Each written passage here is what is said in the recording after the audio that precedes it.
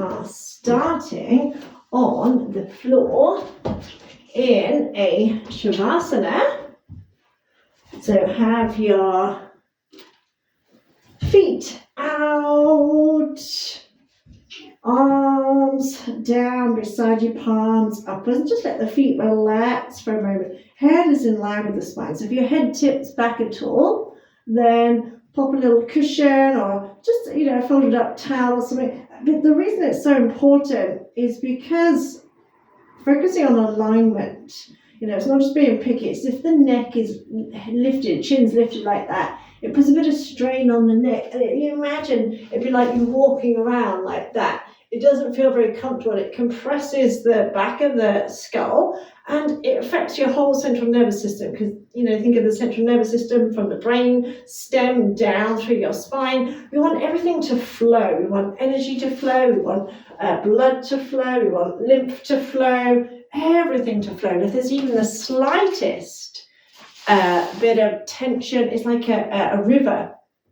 where you get blocking and a tree falls in the road or something. After a while the water starts to become stagnant, and it's the same in our body. If things can't flow, it affects our whole body system. Remember I said before, the poses are about sacred geometry. They're about putting the body in a particular position so that everything can align, so that we can find that state of balance, of harmony, of inner peace, of tranquility, of homeostasis, of equilibrium, about finding that state of balance. So it's not about Instagram-worthy poses, it's about finding that state of balance. That's why it's so, so important. If your head does tilt back, sometimes a block is too high, too firm, so sometimes just say a little folded up towel or something would be perfect.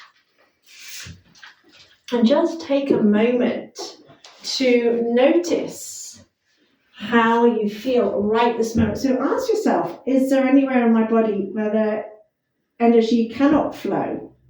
So am I holding tension anywhere in the body? Sometimes, we don't realize we're doing it, especially if it's a habit. If we end up tensing our shoulders or whatever, tensing our jaw, it might even be your pelvis.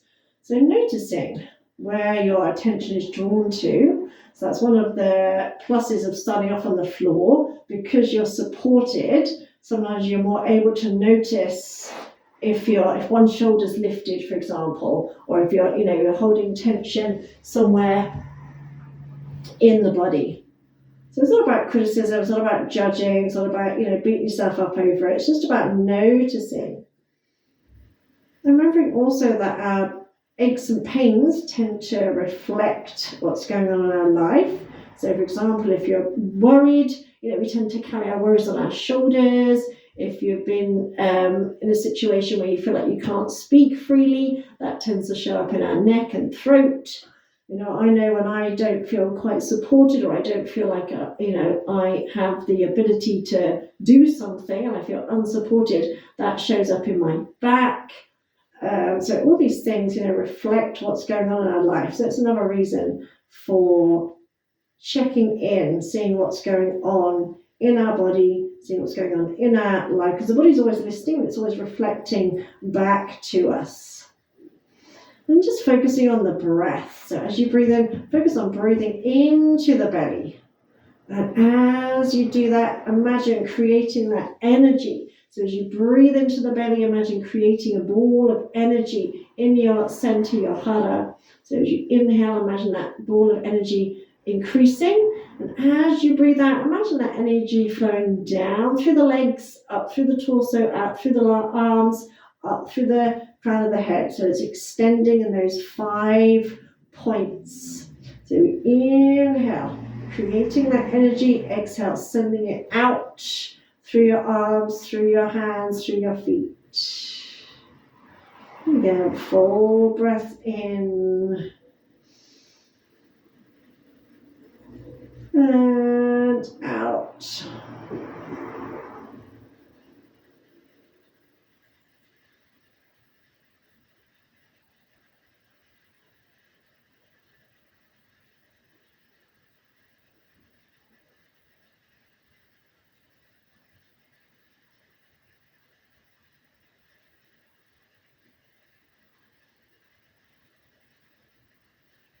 Just taking another deep breath into the belly. And visualizing that energy flowing out through to the feet, through to the fingers, up through the crown of the head. We can do a little sequence on the floor, and we can focus on alignment just as we do when we're standing. So we're going to start off in mountain pose. So we're going to bring the feet together. We're going to flex the feet and press down through your big toe, little toe, inner, outer heel, as you would if you were standing. So if I picked you up and stood you up, you would press through the feet. Arms down beside you, palms upwards. So lengthen up through the crown of the head, down through the feet into your Tadasana, mountain pose. Then on an in-breath, reach the arms up above the head. Stretch through the fingertips without tensing the shoulders. So keep reaching through the fingertips, press through the heels. As you breathe out, draw the right knee in, circle the arms around and in, pressing that left leg down into the floor.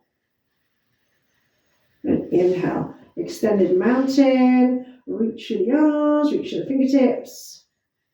Exhale, bring the left knee in, and hug that knee in, pressing the left leg down into the floor. Then inhale, extended mountain.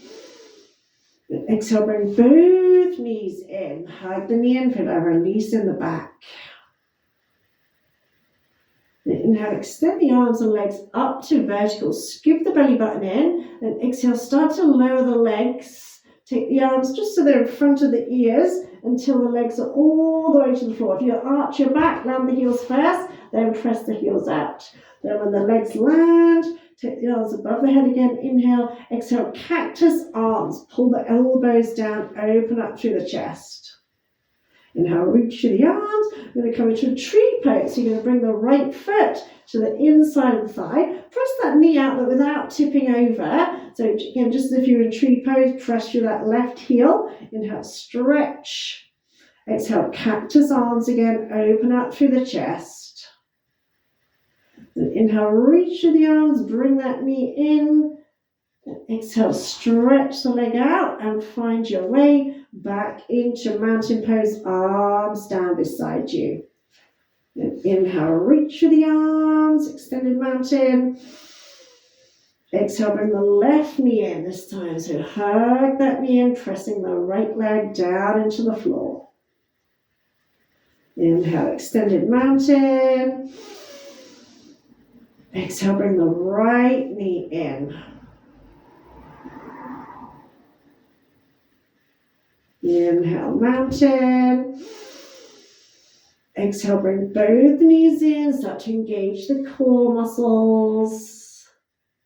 Inhale, extend the legs up, arms up. Keep the back nice and flat. Exhale, start to lower the legs away, engaging the core. So the arms just go just in front of the ears. I'm not going too far to start with. When the heels land, flex the feet. Inhale, bring the arms overhead, extended mountain. Exhale, cactus arms, pull the elbows down. Inhale, reach up, bring the left foot into that tree pose. Exhale, cactus arms. Inhale, reach up, bring that knee in. And exhale, slide the leg down. Bring the arms back down beside you, palms upwards into mountain pose. And inhale, reach the arms up, extended mountain. Exhale, bring the right knee in. Inhale, extended mountain. Exhale, left knee in. Inhale, mountain. Exhale, bring both knees in. Again, feel that compression in your lower back. Scoop the belly button in. Inhale, reach the arms and legs up. Try and keep the big toes together. Exhale, lower the legs as you reach the arms in opposition. Inhale, flex the feet, extended mountain. Exhale, cactus arms. Inhale, reach the arms up. Bring the right knee, foot inside the inner thigh. Exhale, again, cactus arms. Keep pressing through that left foot, again, as if you were standing. Inhale, reach the arms up, bring the knee in. And exhale, slide the leg out. Arms down beside you. Once more, inhale, extended mountain. Exhale, left knee. Inhale, mountain. Exhale, right knee. Inhale, mountain. Exhale, both knees.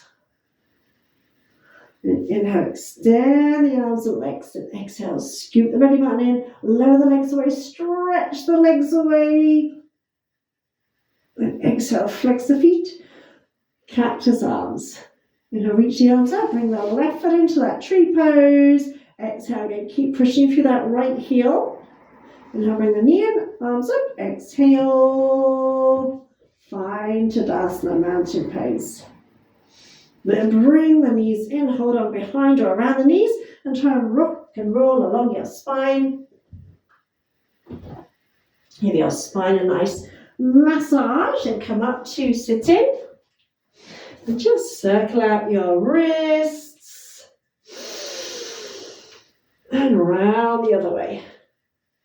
We're going to come to the hands and knees and come into a cat variation, but we're focusing on the energy channels either side of the spine. So this little sequence is in like 7 stages. So, and we bring our hands together, if you can, with fingertips together rather than spread the fingers out. So bring the hands underneath your shoulders, knees underneath the hips, but bring the toes slightly touching. So we start off in a neutral position. So shoulders relax, and again, visualize the spine and the energy channels either side of the spine. So we inhale in neutral, so lengthen the crown one way, the tailbone the other. And exhale, arch up, and we'll stretch either side of the spine. Inhale, and drop the belly, look forward, feel the stretch on the front of the spine. As you exhale, you're going to bring the right knee in, pull the tummy in, hold for a second, press the floor away. Then as you inhale, lift that leg up. Now I want you to imagine activating the right side of the body. Keep the left side relaxed. Now relax doesn't mean collapse, just means there's more energy in the right side. Lift that foot up, again, eye gaze slightly forward.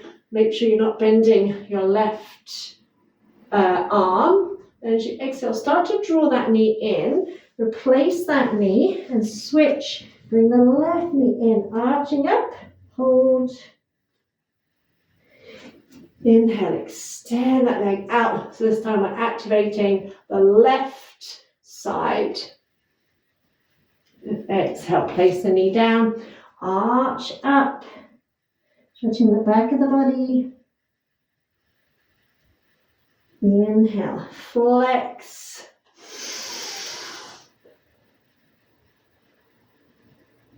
And exhale, neutral. Now once again, inhale, lengthen, neutral. Exhale, arch up, stretch the back of the body. Inhale, flex, stretch the front of the spine.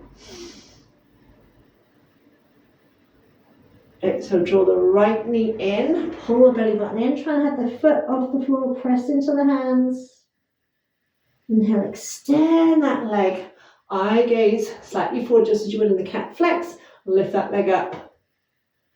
Then exhale, start to bring the knee in, switch knees, bring the left knee in, arching up. Then inhale, extend that leg, lift. Exhale, place the knee, arch up. And inhale, lift tailbone, eyes forward.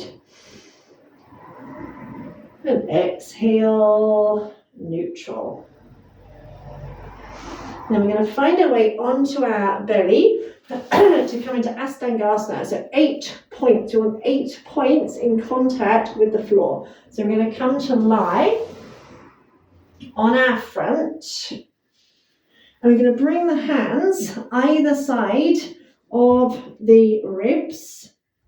Elbows drawn back. We're going to bring the chin onto the floor. So the chin is on the floor, you're looking down at the tip of the nose. Thumbs are kind of underneath your ribs. Elbows drawn back, but relax the shoulders. Make sure you're not tensing the shoulders. Then try and bring the knees and toes together. Keeping the shoulders relaxed. Draw the knees, slide the knees in so your hips lift off the floor a little bit. Then tuck the toes under and hold. So there's 8 points: your chin, your chest, your hands, your knees, your toes. So there's no weight on the arms, and we want to try and soften the chest, keeping the elbows back. So if it feels like your elbows are out to the side, adjust your hands so that your elbows can draw back like there's a drawstring on your elbows. You can try and have your knees and toes together and just breathe, focusing on the very tip of your nose.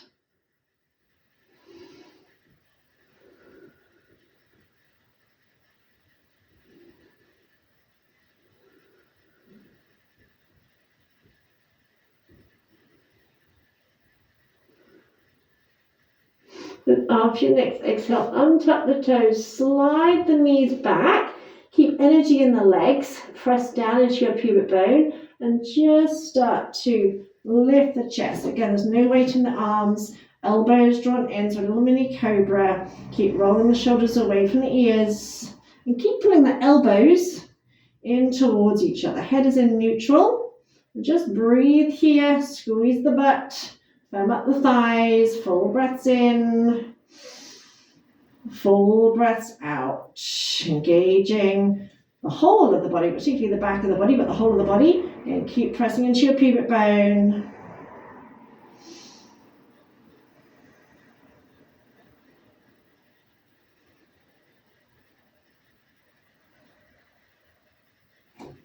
Inhale, exhale, brace the abs, see if you can press up. And sit back into a child's pose. Sit your bum to your heels. Relax the forehead onto the floor.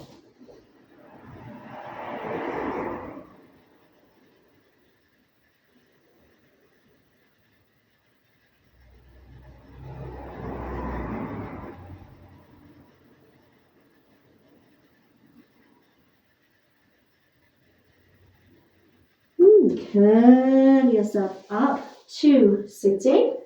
I'm going to do another pose. I've heard it called sailboat. I've heard it called tiger. I've heard it called balancing tabletop position. Doesn't really matter what you want to call it. We're going to start off, we're going to be on the knees. Now watch first, and if you need to add extra padding, then we're going to do so. So we're going to practice it today on our hands and knees. So we basically come in as if we're coming into cat. We bring the knees in just a little bit so they're slightly narrower than hip width. Shoulders relaxed. You're going to bend your right knee so the sole of the foot is upwards, and you're basically going to place your left knee on to the right knee. Now, some position you have both knees bent, so you're stretching the front of the body, or you can have the leg out. So the left leg literally sits on top of the right knee. So that's why having the knees a little bit closer, so instead of starting off hip width, having a little bit closer. So we end up in this position. You might find it a little bit, find it a little bit easier, might find it a little bit easier. So come onto hands under shoulders.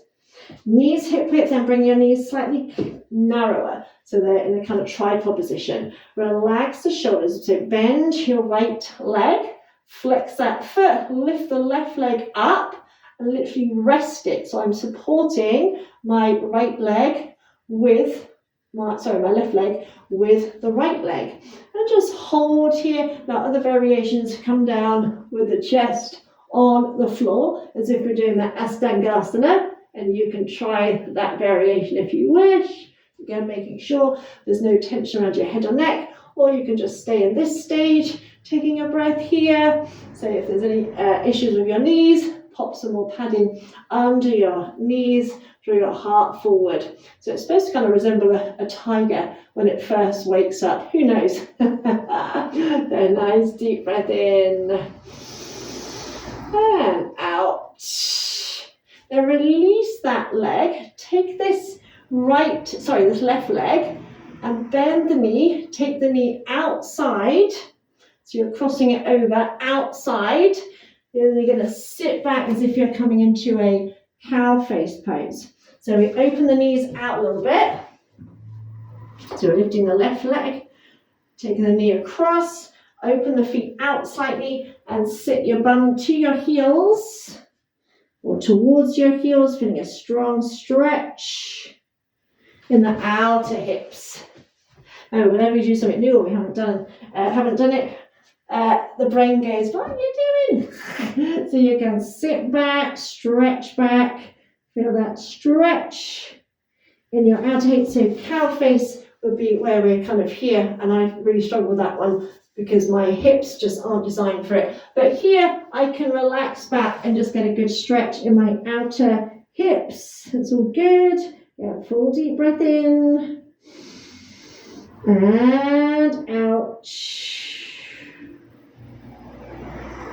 And coming back, releasing that left leg and just take the foot out to the side. You might want to adjust the right knee slightly. Bring the foot out to the side and bring yourself up into a gate pose position. So again, make sure you've got plenty of padding under your knee.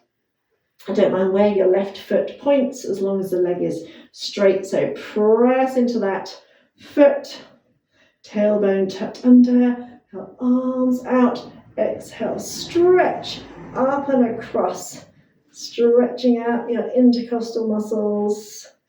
Have your head in whatever position suits you. So you can either look up, you can look forward, or you can look down to that foot. Inhale, lift up.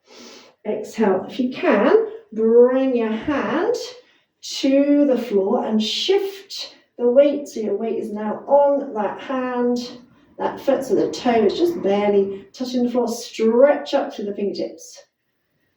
Breathe in. As you breathe out, brace the abs. Lift up, breathe in, breathe out, stretch. Inhale up. Exhale, find the ground. Find your kind of balancing. Ardha Chandrasana, push the hips forward, squeeze the booty. Breathe in, breathe out, brace abs.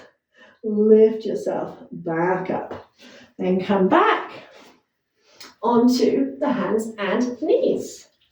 So again, hands under shoulders, knees under hips, bring the knees slightly closer together. So we're going to bend the left leg this time. And we're going to bring that right knee to rest on the left knee. Again, you can stay here or you can come down into that Astangasana pose, stretch through that right leg. Drop your belly slightly and keep stretching through the fingertips, the toes even. Breathe in and out. Then release that knee. Take the right knee to the outside of the left knee. Open out the feet and stretch back towards your heels. So notice my bum is nowhere near the floor. That's okay. I can still relax here. Relax the head, relax the neck. So it's got a strong stretch on the outer hips.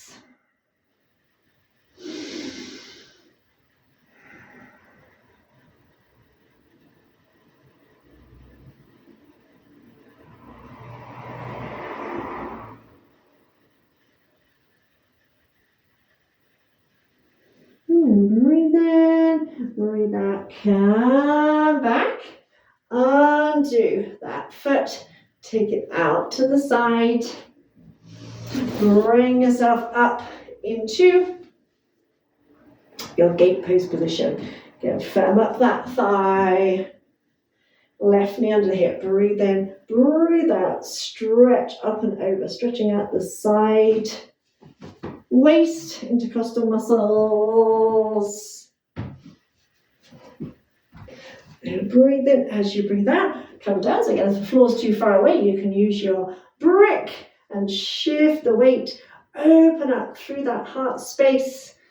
Try and turn the hand palm forward. Stretch through the fingertips.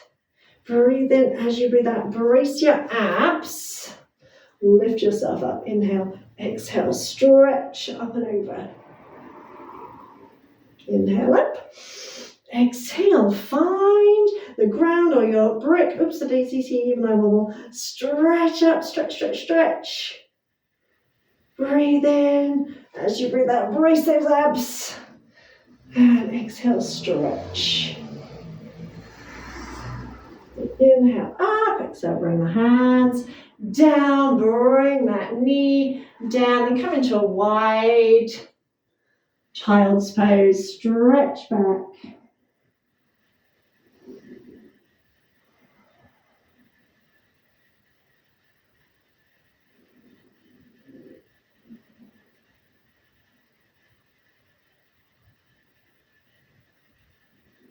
And carry yourself up to sitting. Bring the legs in. Bring them around and come back. Find your way back into your Shavasana. And we're just going to practice a little breath of fire in this position. And again, as you're doing that, we're going to keep the rest of the body relaxed. As you're doing that, visualize generating energy. So as we generate heat, we're generating energy in our center. And then we're going to hold the breath for a second or two. And as you exhale, you're going to imagine that energy, imagine that stoking that fire, like pumping the bellows, stoking the fire. You're going to imagine sending the energy down through your limbs, through your legs, through your hands, and up to the crown of your head. So the rest of the body stays relaxed, arms relaxed, soften or close your eyes. You're going to bring your awareness to your center, to your belly, and begin the breath of fire. In and out through the nose. Feel that pumping, and again, feel that energy building in your center.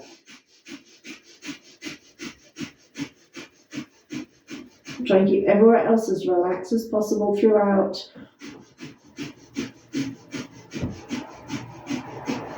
You can visualize that ball of energy getting bigger, brighter, more vibrant.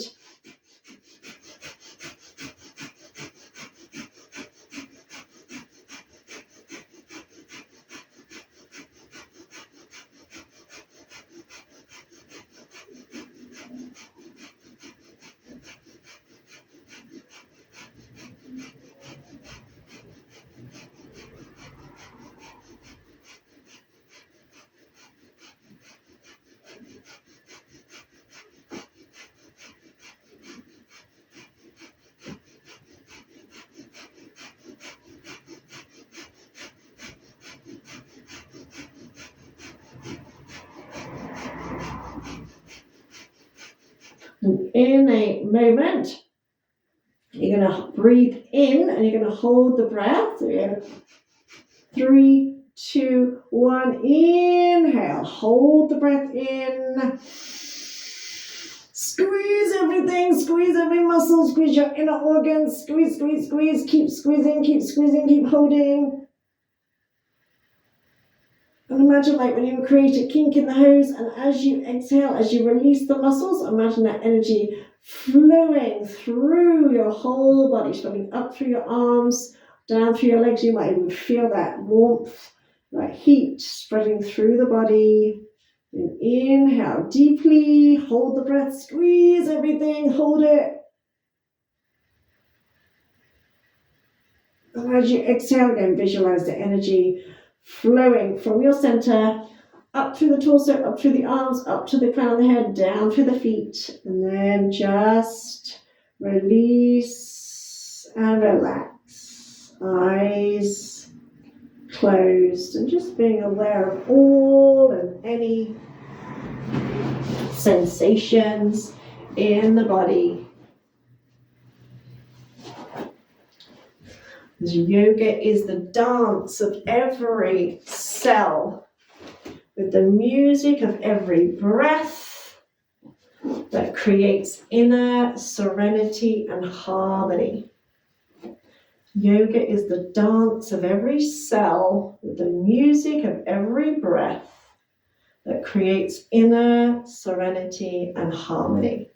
There's all the exercises, all the poses, all the breathing exercises are designed to stimulate. We have an unlimited store of energy. Unfortunately, we tend to do things that block that flow or dampen the flow from the food that we eat, from EMFs. I don't wear a smartwatch, I don't have smart gadgets in the house because we're electrical beings, and there's so many frequencies and radio waves and this, that, and the other around that do affect us. And these things, they may have a very subtle effect, but there's something known as a compound effect, which means, a little bit of this is all right, but if you imagine you're doing this and then this and then this, if you have smart gadgets, if you have smart meter, and you're smart this and smart that, and you have a smart watch, and you have Wi-Fi, and you have microwave, and you have this, and you're eating this kind of food and drinking tap water, and it all adds up, and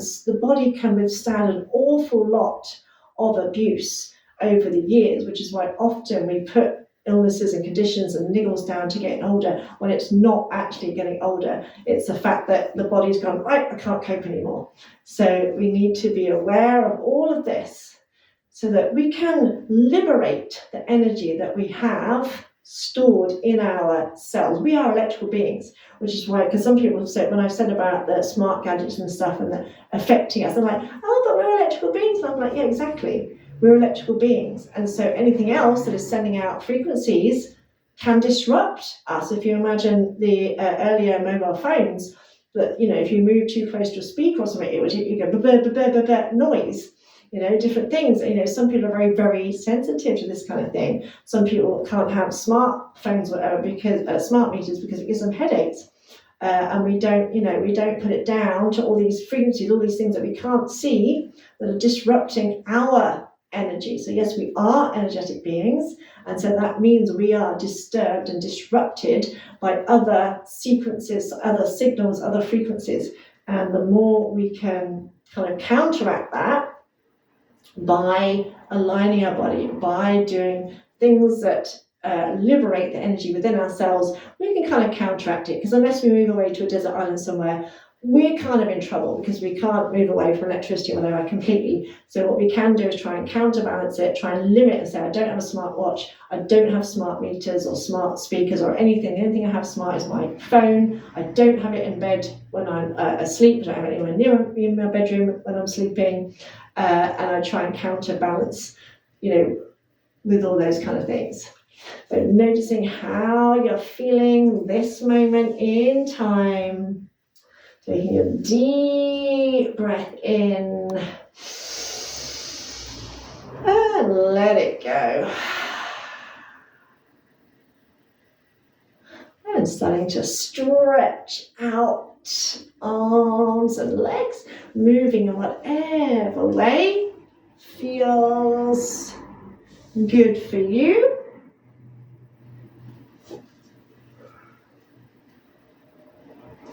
And when you're ready, bringing yourself back up to sitting and taking a little bow to seal your practice. Fantastic.